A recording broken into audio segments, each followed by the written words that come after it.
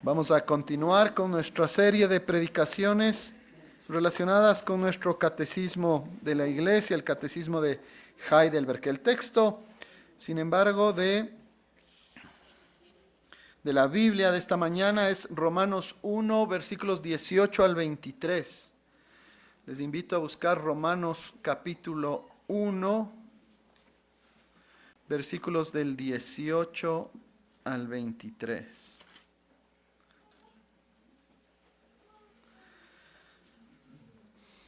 Amada Iglesia del Señor, esta es palabra de Dios.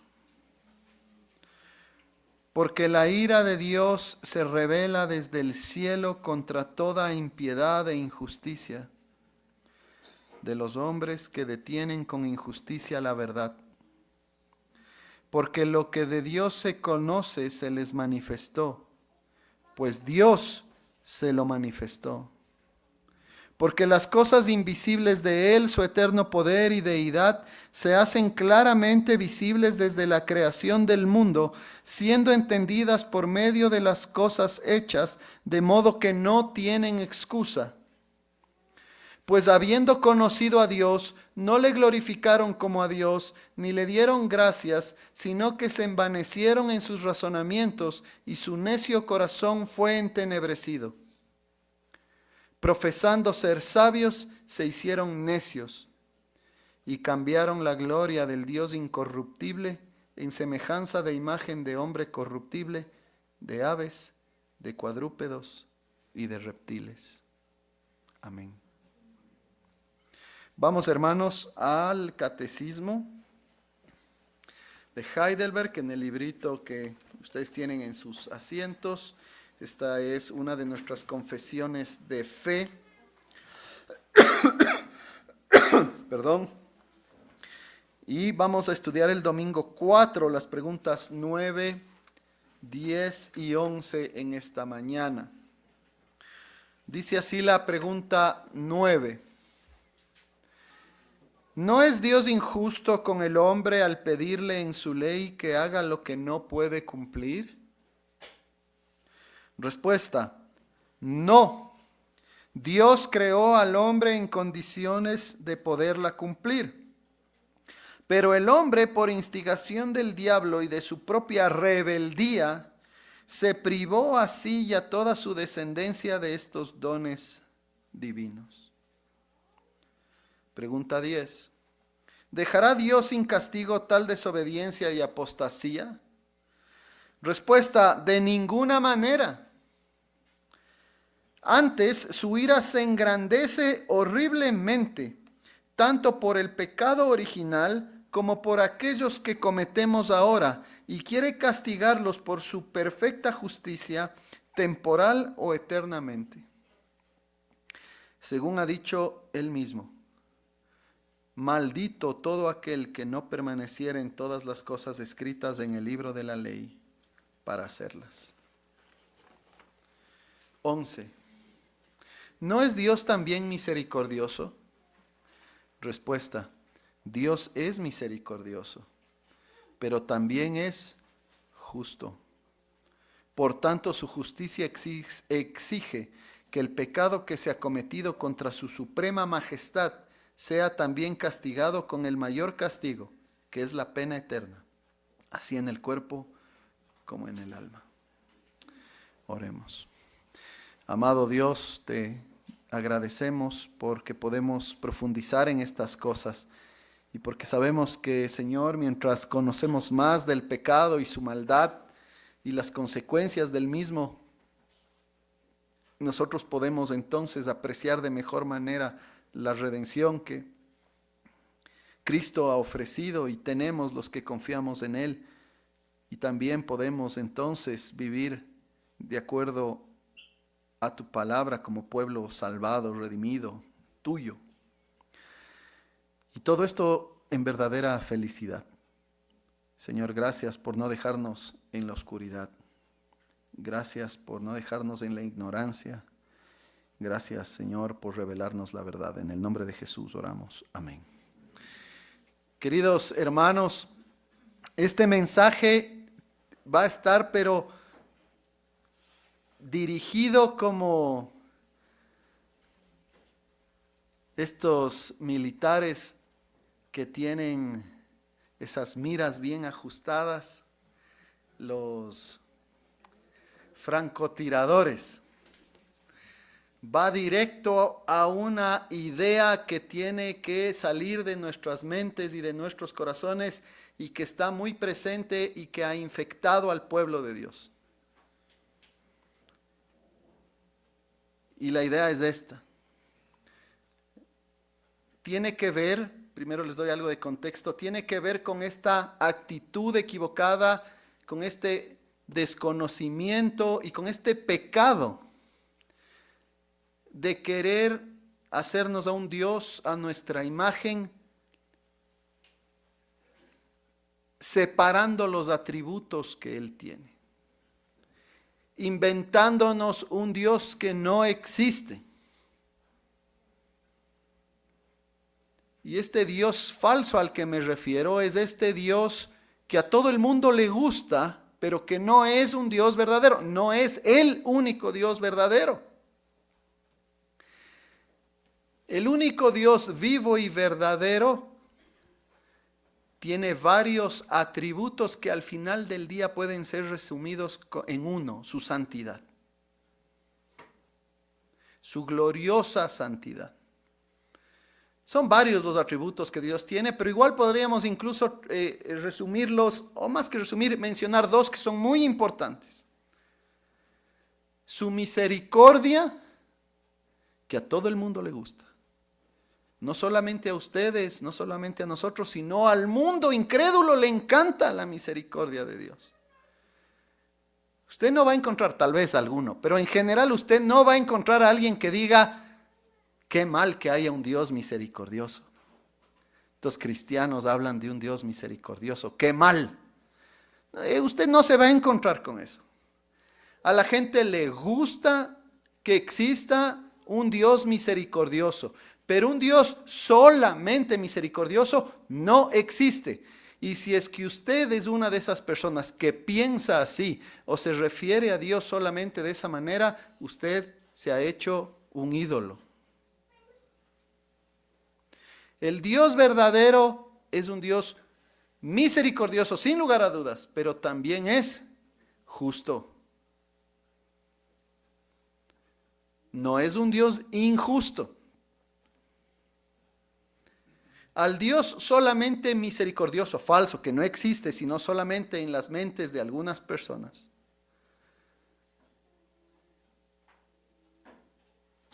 pues si existiera, toleraría todas las cosas. Diría que no hablaría de pecado, no hablaría de consecuencias, no hablaría de infierno, no hablaría de la miseria que trae el pecado, no habla de que hay una forma en que se debe vivir. A ese Dios falso de solamente misericordia, que no existe, pero a la gente que le gusta ese tipo de Dios, pues es esta gente que está en la cultura y que tristemente está metida en algunas supuestas iglesias, en donde se predica solamente el amor. Y no hay nada de malo con el amor, pero predicar solamente el amor, o un Dios solo amor, es predicar a un Dios falso. Un Dios que no existe. Ese tipo de predicación es la que tolera todo. La que no habla de pecado, la que no habla de arrepentimiento, la que no habla de alejarse de cosas que no hay que hacer, no habla de cambiar, no habla de nacer de nuevo. Habla solo de prosperidad, habla solo de éxito, habla solo de salir adelante. Y hay así de predicadores de ese tipo, pero así, muchísimos. Y a la gente le encanta, pero le encanta. Pero sepan todos los que creen en ese Dios falso, que están engañados y que no van a resolver ningún tipo de problema real. Al contrario, están caminando hacia su condenación y a la condenación eterna. Entonces esto a la final no se trata del predicador, ni se trata de la iglesia con el nombre tal o cual. La pregunta es esta: ¿qué tipo de Dios tenemos y qué vamos a predicar en la iglesia? En la iglesia se debe predicar lo que Dios ha dicho, no lo que nos gusta oír. Ahora, para aquel que ha nacido de nuevo, para aquel que tiene el Espíritu Santo, para aquel que experimenta fe, para aquel que experimenta arrepentimiento, pues bueno, esa persona empieza, a veces con problemitas, pero al menos empieza a escuchar ya la voz de Cristo y le gusta. Ya sabe y dice: esto es malo, esto no se puede hacer, la ley de Dios es buena. Me confronta, a veces es dura, pero es buena.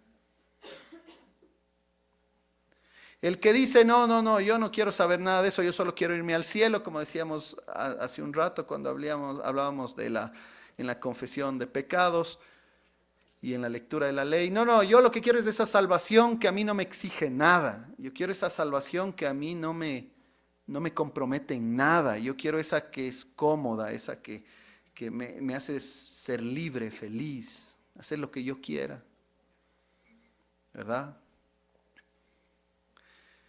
Bueno, sepa esa persona, si hay alguna entre nosotros que piensa así, que está engañada y que no le sirve de nada ese tipo de fe falsa, porque está puesta en un objeto falso, en un Dios que no existe. El Dios verdadero, nos dice el apóstol Pablo,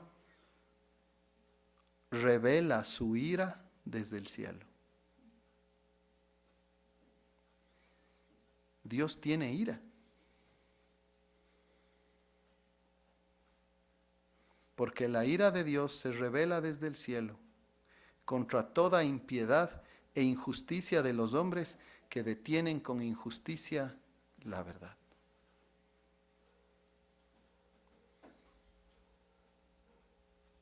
Dios está molesto. Dios tiene ira. Y hay un juicio de Dios, temporal y eterno, como vamos a ver más adelante.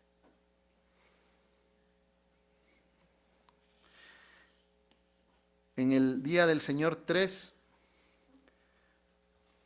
un predicador, un mejor predicador, nos enseñó que la caída es el origen de nuestra miseria. Nos habló sobre el alcance de ese pecado y de esa miseria en nuestras vidas. Nos habló de la consecuente necesidad de nacer de nuevo como única alternativa para poder empezar siquiera a creer en Dios y empezar a agradarle a Dios con nuestras obras de obediencia. Y hoy, continuando con la secuencia y con esa idea, vamos entonces a hablar sobre lo que ya les he dicho en esta potente introducción que tiene que ver con el juicio y la misericordia de Dios, que no pueden ser separadas. Vean la pregunta 9 entonces, dice: ¿entonces no es Dios injusto con el hombre al requerirle en su ley lo que no puede realizar? Ya estudiamos eso anteriormente. El hombre, debido al pecado, debido a la caída de Adán y Eva, como descendientes de Adán y Eva, absolutamente todo hombre y mujer no puede agradar a Dios, no puede creer, no tiene vida verdadera, está separado de Dios, está, como dicen los teólogos, totalmente depravado, totalmente corrompido, está muerto espiritualmente. Ese es el estado del hombre sin Dios, sin la redención de Cristo. Y entonces el catecismo continúa con esta pregunta y se anticipa a esta pregunta que realmente es bastante rebelde, ¿no? Pero que es muy común.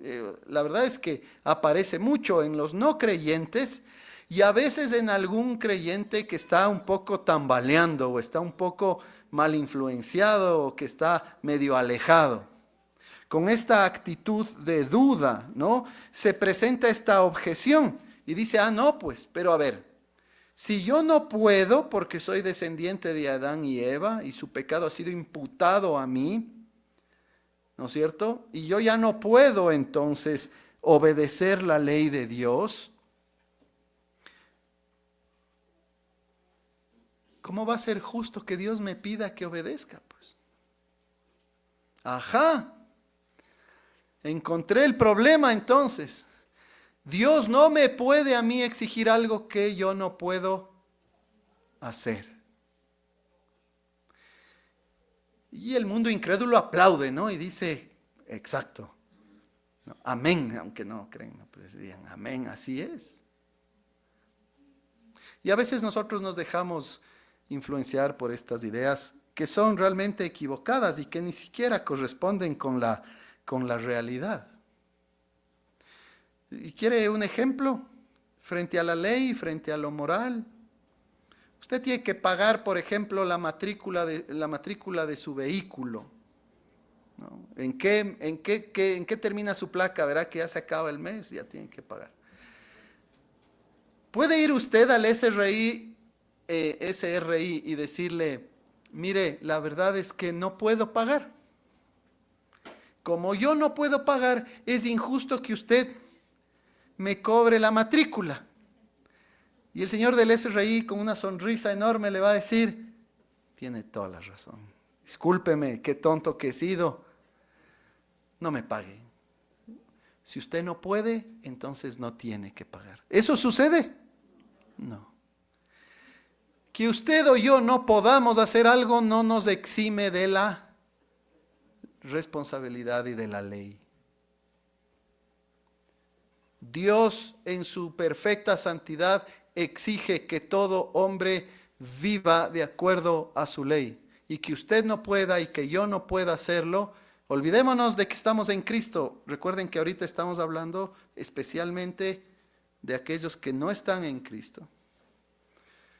Que el hombre no pueda hacerlo no le exime de esa responsabilidad. Por lo tanto, no hay injusticia en Dios. La gente puede hablar en ese sentido, pero no existe injusticia en Dios. ¿Por qué? Bueno, la respuesta nos lo dice claramente. Hay dos razones. De ninguna manera, para nada, dice la traducción que yo tengo. Déjenme ver la que leímos. De ninguna manera. Antes, su ira se engrandece horriblemente, tanto por el pecado original como por aquello... Perdón, estoy en el 10. 9, no, dice acá, no. Dios creó al hombre en condiciones de poderla cumplir. Esa es la primera razón. Dios no es injusto, porque Dios no solamente puede exigirlo, pero aparte, Él creó al hombre en condiciones de poderla cumplir. Y Adán era nuestro representante, así como Cristo es el representante de los salvos. Así funciona Dios, con representantes. Y nos imputa el pecado de Adán, el cual crece también porque nosotros seguimos pecando como hombres, y lo mismo con Cristo, nos imputa la justicia de Cristo. Dios creó al hombre en condiciones de poderla cumplir, así que no le culpe a Dios por lo que el hombre no hizo y no quiere hacer. Y en segundo lugar, y relacionado, el hombre por su propia voluntad por su desobediencia, siguió y aceptó la tentación del diablo. Fue el hombre el que se metió en este problema. Fuimos nosotros mismos en Adán. Nosotros hubiésemos, si a usted se le cruza esta idea, sí, pero yo no soy Adán. Usted hubiese hecho lo mismo que Adán, o peor, y yo igual.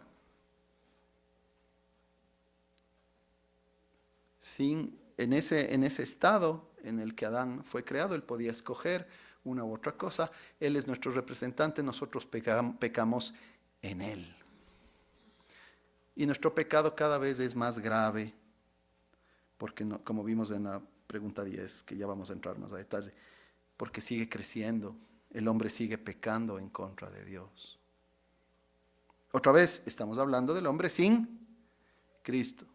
El hombre en Cristo tiene que actuar de otra manera, por supuesto.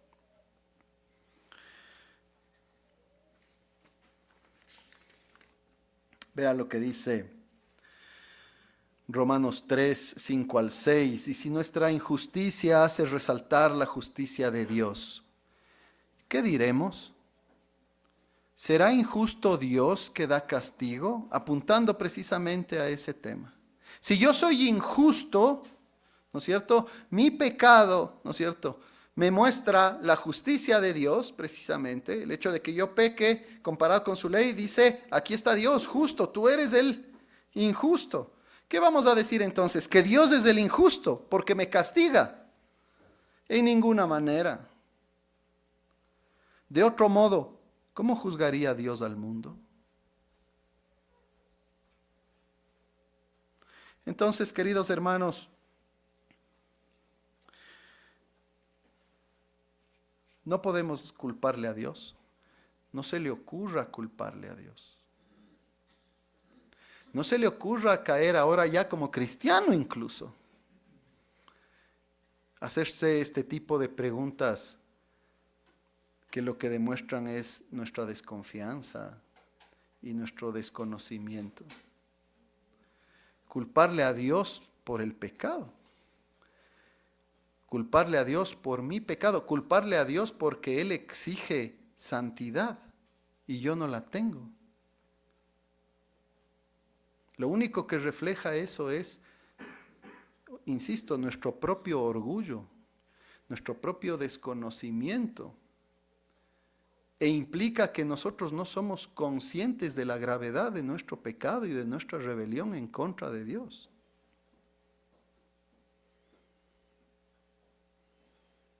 Solamente de un corazón que no está pensando espiritualmente pueden salir ese tipo de cuestionamientos.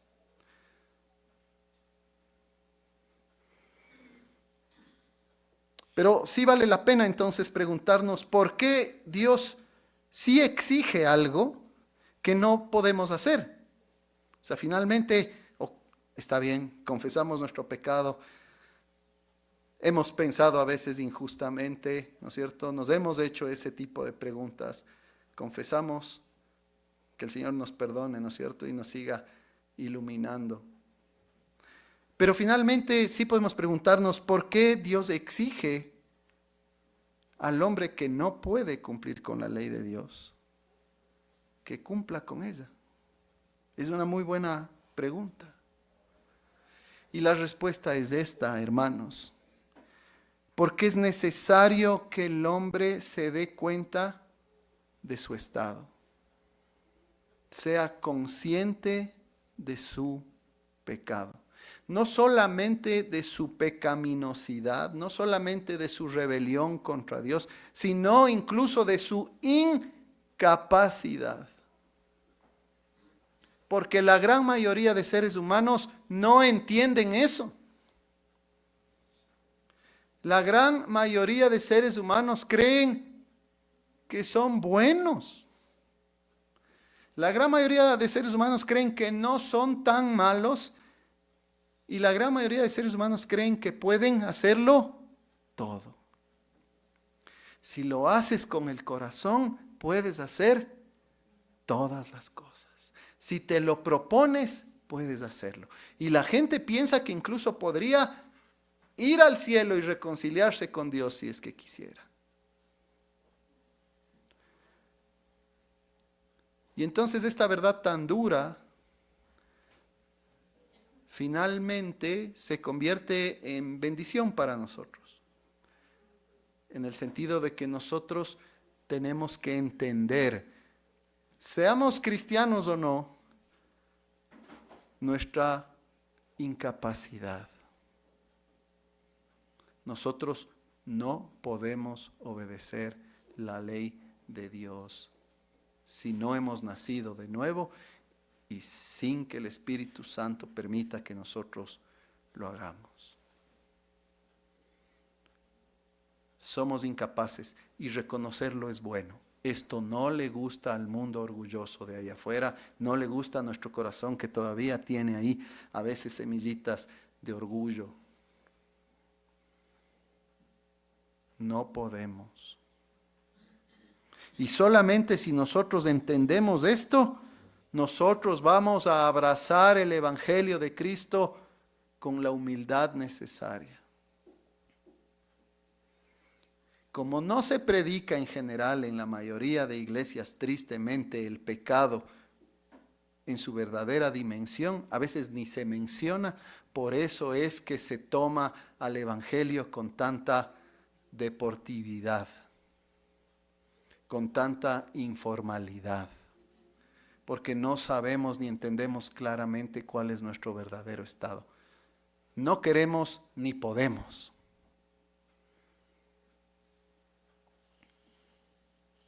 ¿Cómo se ve usted?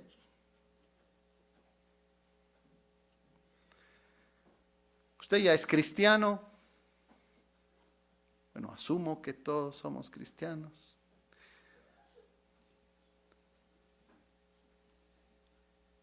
Porque hay cristianos así también, ¿no? Dicen, no, yo ya soy cristiano, yo ya, no, ya tengo resuelto el tema y yo puedo todo. ¿No? Yo soy, pero casi que perfecto. No existe esa perfección en nuestras obras aún. Vivimos nosotros en una época de ya, pero no todavía.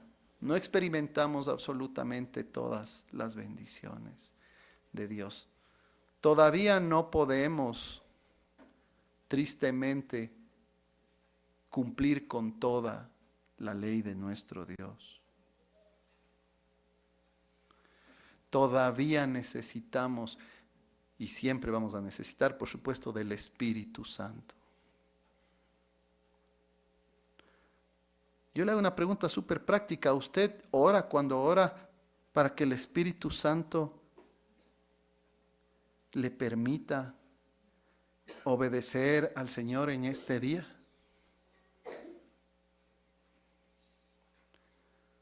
¿Usted hace ese tipo de oración?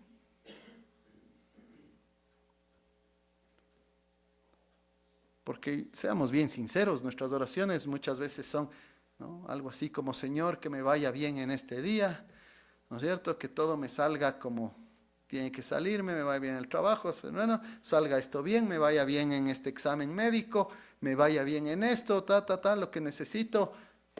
Amén. Cuando estamos súper espirituales pedimos perdón por el pecado. ¿Usted es consciente que necesita del Espíritu Santo todos los días de su vida? Que sin el Espíritu Santo, sin la gracia de Dios, usted no puede hacer absolutamente nada. Tenemos que saberlo. Tenemos que vivir con esa conciencia. No, la iglesia evangélica, la iglesia carismática, tristemente, abusando de las cosas, habla tanto del Espíritu Santo, pero habla cosas que no tienen nada que ver con el Espíritu Santo. Igualan el Espíritu Santo a una emocionalidad. Simplemente van a la iglesia para sentirse bien y sentir algo, sentirse emocionados y dicen eso es el Espíritu. El Espíritu Santo lo que quiere principalmente es llevar nuestro corazón a Cristo, que Cristo reine en nuestro corazón y que el Espíritu Santo también cumpla con esa tarea de fortalecernos para caminar como el Señor nos pide. Así que recuerde siempre, querido hermano, no hay injusticia de parte de Dios de ninguna manera. Luego la pregunta 10 continúa y dice, ¿permitirá Dios? Voy a leer acá, usé otra para escribir mis notas, dice acá en la 10, ¿dejará Dios sin castigo tal desobediencia y apostasía? Entonces, dado que el hombre, ¿no es cierto?, no ha querido y no puede cumplir con la ley de Dios, ¿Dios va a dejar sin castigo tal desobediencia y apostasía? A algunas personas les encantaría que diga la respuesta, Dios no va a castigar a nadie, ¿cierto? Porque Dios es misericordioso. No, ahí hay gente, ¿no es cierto?, que la llamaríamos universalista, ¿no? Cuidado con ese gran error porque la Biblia no enseña esto. El universalismo dice que todo el mundo se salva. Dios es tan bueno que va a salvar a todo el mundo. La Iglesia Católica Romana no enseña eso exactamente, pero hay versiones populares que medio van por ahí, o ciertas enseñanzas particulares que a veces enfocan ese tipo de cosas. A veces el liberalismo teológico, ¿no? Etcétera. Pero sepa usted que eso es una gran mentira. ¿Dejará Dios sin castigo tal desobediencia y apostasía? De ninguna manera. Antes, su ira se engrandece horriblemente, tanto por el pecado original como por aquellos que cometemos ahora, y quiere castigarlos por su perfecta justicia, temporal o eternamente. Hermanos, entienda esto, la desobediencia y la rebelión ante Dios no puede ni va a quedar impune.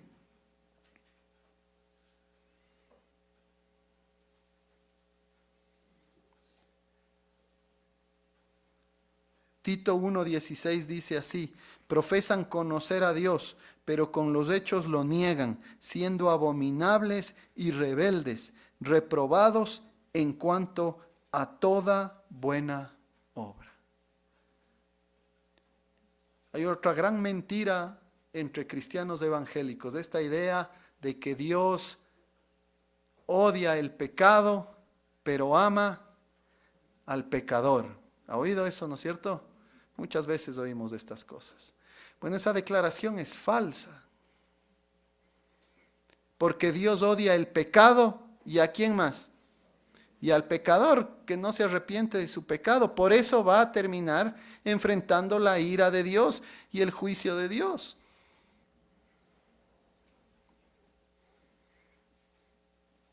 Dios ama al pecador arrepentido. Dios ama al pecador en Cristo, a quien ha amado antes incluso y a quien le dio Cristo para que tenga un Salvador.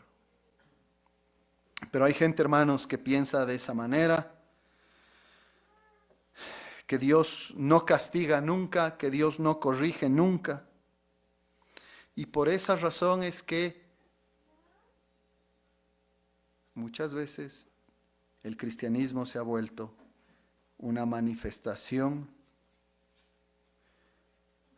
muy alejada de la palabra de Dios y, siendo sinceros, nos volvemos tremendamente cómodos sin buscar voluntariamente vivir de acuerdo a la voluntad de Dios. La verdad es que muchas veces ni siquiera nos da temor de Dios. Nosotros como cristianos, pues obviamente hemos pasado de muerte a vida, hemos pasado de juicio a comunión con Dios, Sin embargo, en nosotros no puede desaparecer ese temor de Dios. Debemos tener temor de Dios. No porque esté en juego nuestra salvación, porque en Cristo no está en juego. Pero sí tenemos que tener temor de Dios en el sentido de que tenemos que saber que el Dios que nos ha amado no se siente complacido cuando nosotros caminamos voluntariamente en pecado. Cuando caminamos como que no nos importa realmente ni lo que pensamos, decimos o hacemos. Como que a Él no le va a importar.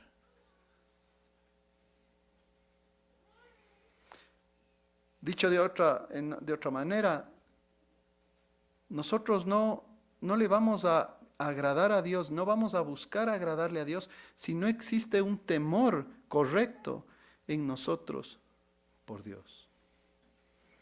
Por supuesto también con amor, por supuesto también con agradecimiento, por supuesto con todas las cosas que vienen de la mano gracias al Evangelio para los que ya estamos en Cristo. Pero nosotros estamos frente a un Dios que es santidad pura, fuego consumidor. Y nosotros no podemos entonces tratar nuestra relación con Él como que fuese cualquier cosa.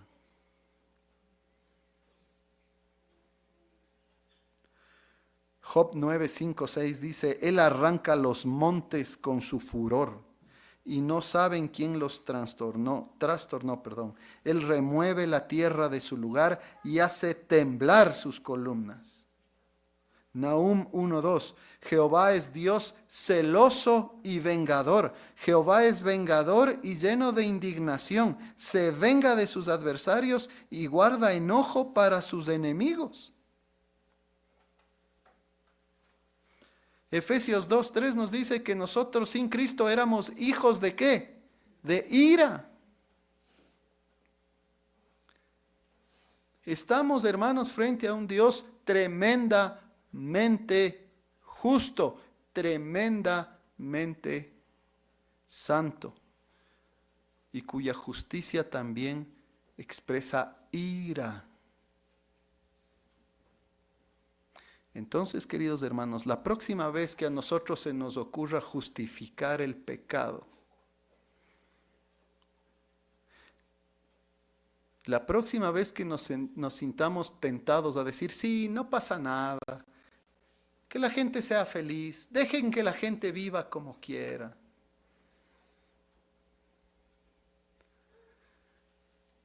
No importa. La gente puede hacer con su cuerpo lo que quiera.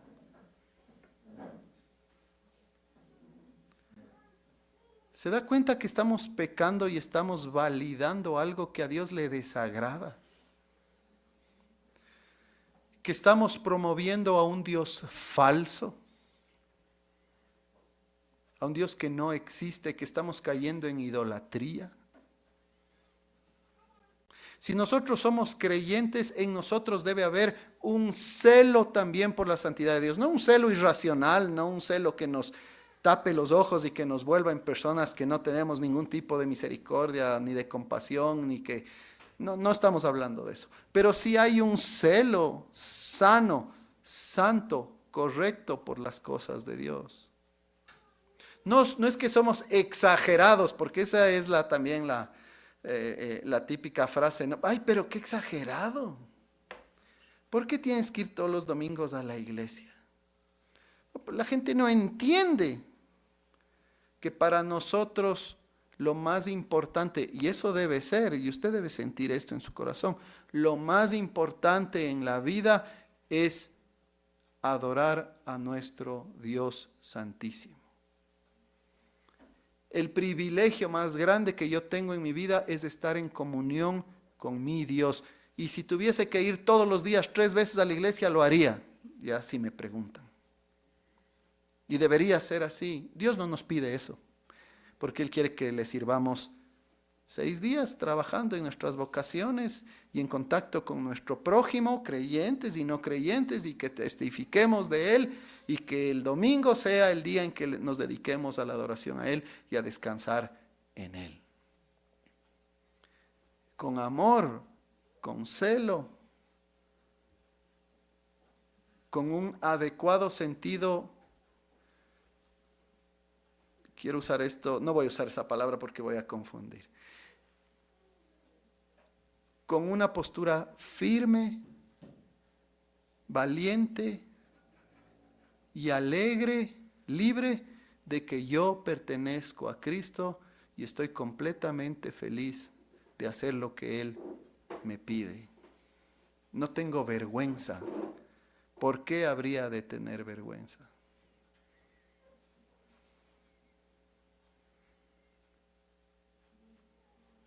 Si Él me ha salvado de mi rebelión y de mi desobediencia que merece su santo juicio, tal como hemos leído.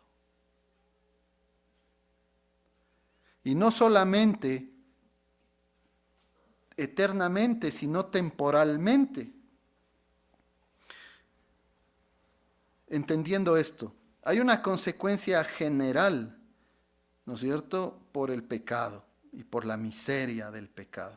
La consecuencia general es la falta de comunión con Dios, de forma general. Hay una separación inmediata. El hombre sin Dios vive contrario a Dios, está muerto en sus delitos y pecados, no tiene comunión con Dios. Pero luego también se expresan esas consecuencias de forma temporal y eterna, ¿no? De forma temporal son obvias. Si nosotros, y es simple si tomamos la ley de Dios, ¿verdad? Si nosotros vivimos en idolatría, ¿no es cierto?, libre, nuestra forma de vivir se va a expresar claramente. Y Pablo en Romanos 1, en ese pasaje que leímos, si ustedes continúan leyendo, nos dice claramente qué pasa. Cuando el hombre vive en idolatría, empieza a hacerse como esos ídolos. Y luego Dios llega a un punto en el que dice, no te quieres arrepentir, no quieres vivir como yo te digo, sabes que hay un Dios, que yo soy Dios, no quieres adorar al Dios verdadero, listo, entrégate a tu idolatría, ahí te dejo. ¿Quieres adorar a las criaturas? Ahí te va. ¿Te quieres adorar a ti mismo? Ahí te va. ¿Quieres adorar al placer sin ningún tipo de distinción? Ahí va. Y la gente empieza a comportarse como animalito. Y la gente ya no tiene conciencia de correcto o incorrecto. Y empieza a pensar que puede experimentar placer sexual sin límites, pongámoslo así. Eso es producto de la idolatría. Producto de no querer temer a Dios. Producto de amarse a sí mismo y cualquier tipo de emoción o pensamiento que pueda surgir en nuestras mentes oscuras.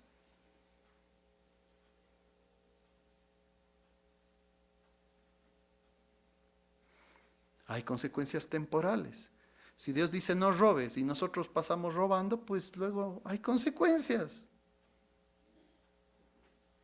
Porque usted, o la gente, o yo, o quien sea que se ponga en rebelión contra Dios, quiere vivir como quiere. La consecuencia eterna, entonces, queridos hermanos, tiene que ver con lo que, por ejemplo, segunda de Tesalonicenses dice en el capítulo 1, desde el versículo 8 en adelante, en llama de fuego, para dar retribución a los que no conocieron a Dios, ni obedecen al Evangelio de nuestro Señor Jesucristo, los cuales sufrirán pena de eterna perdición, excluidos de la presencia de Dios y de la gloria de su poder. Yo no sé cómo esto no sensibiliza a la gente. En llamas de fuego. Retribución eterna, excluidos de la presencia de Dios para siempre.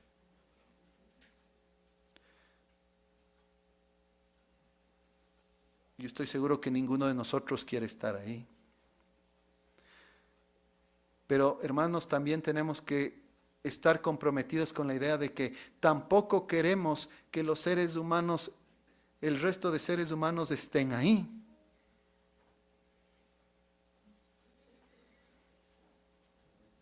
Tristemente, eso es lo que algunas personas promueven cuando promueven a este Dios falso, cuando no les decimos a la gente la verdad, cuando no le decimos a la gente que hay un Dios que es justo. Cuando nosotros o a usted se le ocurre decir a otra persona, no, Dios es bueno, Dios es solo amor, Dios te acepta como eres, no tienes que cambiar, sigue haciendo lo que tú quieres, usted le está facilitando el camino a la llama de fuego.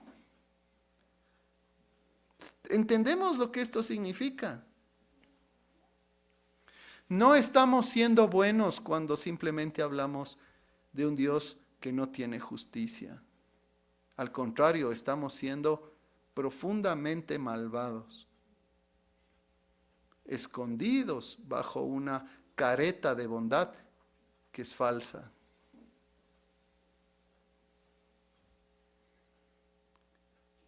Si predicamos del pecado no es para sentirnos mal de gratis.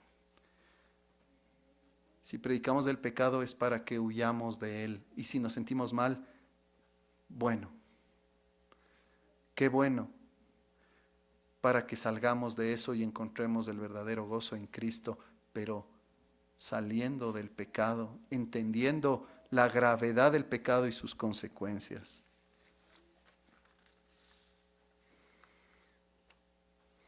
Dios no es injusto de ninguna manera, Él lo dijo. Y por eso termina esa pregunta 10. Dios quiere castigar los pecados por su perfecta justicia temporal o eternamente, según Él mismo dijo. Y esto viene de Deuteronomio 27 y Pablo lo vuelve a mencionar en Gálatas 3. Maldito todo aquel que no permaneciere en todas las cosas escritas en el libro de la ley para hacerlas. Esa es la verdad y la realidad. Si nosotros no tenemos una justicia perfecta, somos malditos, destinados al fuego eterno y a vivir las consecuencias de nuestro pecado aquí en la tierra también.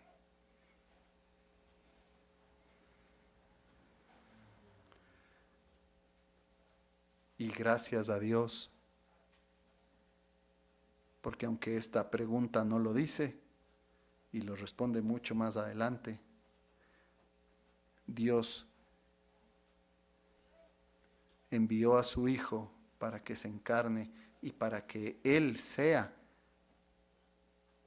el representante, el intercesor, el Dios de su pueblo, para darnos salvación. Para Él hacerse maldito en la cruz por nuestro pecado y ser muerto para pagar por el pecado de su iglesia. Para que nosotros ya no vivamos entonces cómodos en el pecado, sino entendamos que es nuestro enemigo. Que hay un Dios justo. Cristo tiene que venir porque hay un Dios justo. Porque es justo es que tiene que venir Cristo, para que Dios haga justicia sobre él. Nuestra salvación es gratuita, pero es costosísima, queridos hermanos. Por todo lo que Cristo tuvo que hacer para que nosotros podamos recibir salvación. Dios es ciertamente misericordioso, dice la pregunta 11, pero también es justo, nos insiste. Por lo tanto, su justicia, voy a leer otra vez desde acá. Por lo tanto, su justicia exige que el pecado que se ha cometido contra su suprema majestad sea castigado con el mayor castigo que es la pena eterna, así en el cuerpo como en el alma. Queridos hermanos, no podemos separar los atributos de Dios. Dios es ambas cosas, misericordioso y justo. No es solo misericordioso, no es solamente justo. Éxodo 34, 6 al 7 dice: y pasando Jehová por delante de él, proclamó: Jehová, Jehová, fuerte, misericordioso y piadoso, tardo para la ira y grande en misericordia y verdad, que guarda misericordia a millares, que perdona la iniquidad, la rebelión y el pecado, y que de ningún modo tendrá por inocente al malvado, que visita la iniquidad de los padres sobre los hijos y sobre los hijos de los hijos, hasta la tercera y cuarta generación. Fíjense en este párrafo claramente dicho: Dios perdona, Dios tiene misericordia, pero al mismo tiempo Él no tendrá por inocente al malvado. Dios es piadoso, fuerte, misericordioso, tardo para la ira. ¿Qué quiere decir tardo para la ira? No que no tiene ira, sino que es paciente, pero tiene ira. Y esa ira va a llegar tarde o temprano.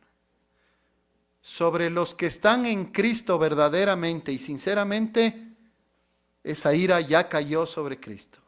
Y ese es nuestro consuelo. Ahí estamos nosotros a salvo y tenemos refugio. Pero después, si nos consideramos entonces como tales, hijos de Dios, salvados, cubiertos por la sangre de Cristo, tenemos que vivir conforme a esa realidad. Usted no puede estar separando los atributos de Dios. Usted no puede estar aprobando lo que a Dios le desagrada. Si usted aprueba lo que a Dios le desagrada, usted está negando su fe. Y le digo esto con todo amor y urgencia. Por su bien, no apruebe lo que a Dios le desagrada,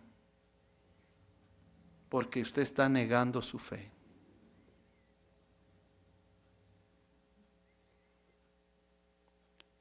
Si realmente amamos a la gente, tenemos que decirle la verdad.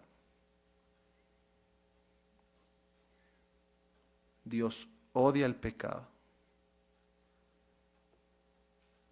Dios tiene ira sobre el pecado y el pecador. Pero Él es misericordioso y ha enviado a su Hijo para que encontremos en Él salvación. Y el tercer paso, para que vivamos de acuerdo a su voluntad en agradecimiento. Ese debe ser nuestro testimonio para nosotros, para adentro, y el que compartimos a todo el mundo. No le hacemos ningún favor a nadie diciendo que están bien cuando no están bien.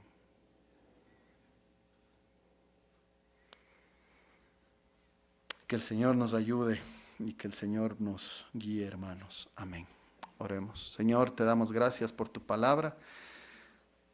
Señor, y te pedimos perdón porque muchas veces nos olvidamos, nos confundimos y hacemos esto, dividimos, Señor, tus atributos equivocadamente. Gracias por ser perfectamente justo y gracias por ser perfectamente misericordioso. Señor amado, ayúdanos a tener esto siempre en el corazón y a evaluar la vida de esa forma también. Y a interactuar también con la gente desde esa perspectiva. Si hay alguno entre nosotros, amado Dios, que no cree realmente en Cristo,